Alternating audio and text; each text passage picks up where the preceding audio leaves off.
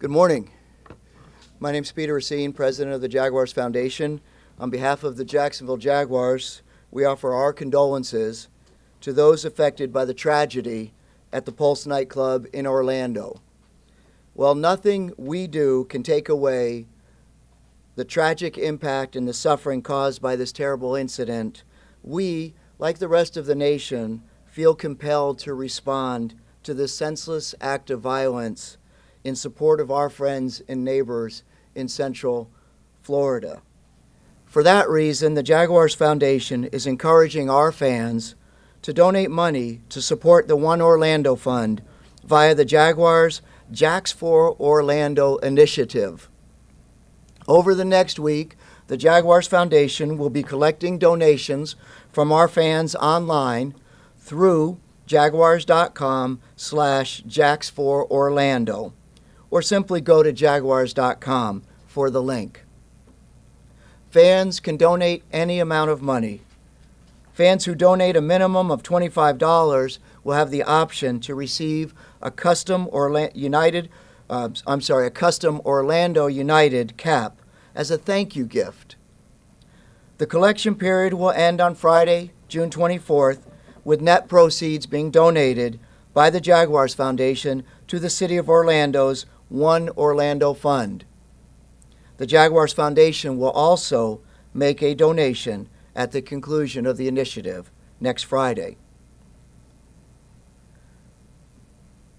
We are thankful for all of our players, our fans, our cheerleaders, our staff, our coaches. We have head coach Gus Bradley here today, and we are a family here as the Jaguars organization. And we understand some little bit of what other people are suffering. And it is out of that response and our empathy and compassion that we reach out today.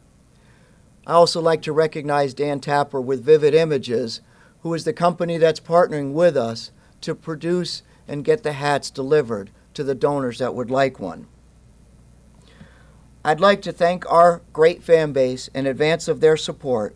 We do this in memory and in honor of those who lost their lives, those who survived and are healing, the first responders in Central Florida, and the entire community of family and friends who are grieving. We are united with you. Our quarterback, Blake Bortles, has a special relationship with Central Florida as it is his home. And I would like to ask Blake to say a few words. Blake? Good afternoon. Like Peter said, this is something that hits very close to home, being from Orlando and living there really for 22 years of my life, and not just being 2 hours away, and all of my family is still there. It's unbelievable what happened. It's tragic. I can't even imagine what the families of these victims and their friends are going through, as well as the first responders that have been a part of this, trying to help people, trying to figure things out, trying to clean things up, and do all their due diligence. So behalf of the Blake Bortles Foundation, we'd like to start off by giving to the One Orlando Fund $10,000, and we know that's not near a sufficient amount of money. That there's going to need to be a lot more in order to help these people out. But this is something that we want to do and kind of lend our support, as close as it is to me and my family, and everybody I know that is still in Orlando. We'd like to do that and kind of kick this thing off. Thank you.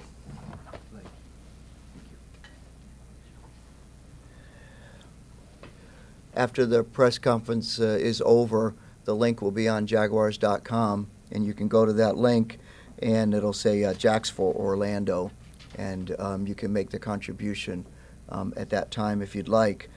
Mayor Curry has, of course, already reached out to Orlando Mayor Buddy Dyer on behalf of the citizens of Jacksonville. Mayor, would you please share your thoughts with us? Well, good morning, and thank you for inviting me here this morning. I want to applaud the Jaguars, the Jaguar Foundation, and Blake Bortles for doing this. I think it speaks volumes to our care for the people of Orlando, the families and the first responders. I have family in Orlando that was touched by this, that are experiencing this, the emotions, the fear that's happening. And yesterday I had the opportunity, I spoke with the mother and father of a young man from Jacksonville that perished in the terrorist attack. And to even say the words Orlando terrorist attack is it's unimaginable. A place of synonymous magic, wonder, and fun. And now I'm talking to parents that will forever have this in their memory and their mind. It's pretty difficult. What do you say? What do you say to parents that are going through this, that have been through this? So I said, is there anything I can do, anything we can do, our city can do? And I said, I offer you this. I wish I had more right now, but I commit to you that I will pray for you daily. And they were both on the phone, and they said back, please keep the prayers. You have no idea. We believe in it. You have no idea how much that means to us as a family. And I think that speaks to the importance of the personal touch when people are experiencing pain and fear and loss.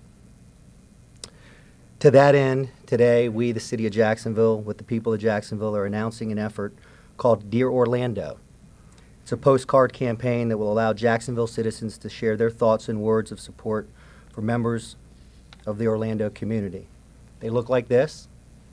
They can be found at the libraries all across the City of Jacksonville. You can go in and you can write a note to Orlando. The campaign will run through July 30th, the International Day of Friendship, and we will deliver these postcards. The postcard reads at the top, Dear Orlando, you are a city long celebrated for magic, wonder, and fun. With the love, support, and sentiments of millions around the world, you will smile again.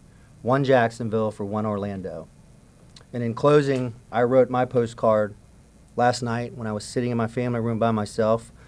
My wife's traveling. She was out of town. The kids were asleep, and I had a moment to reflect. In my moments of silence when I'm alone, I'm thinking of you. I'm thinking of all of you, victims, families, friends, first responders, leaders. Orlando, I send my love.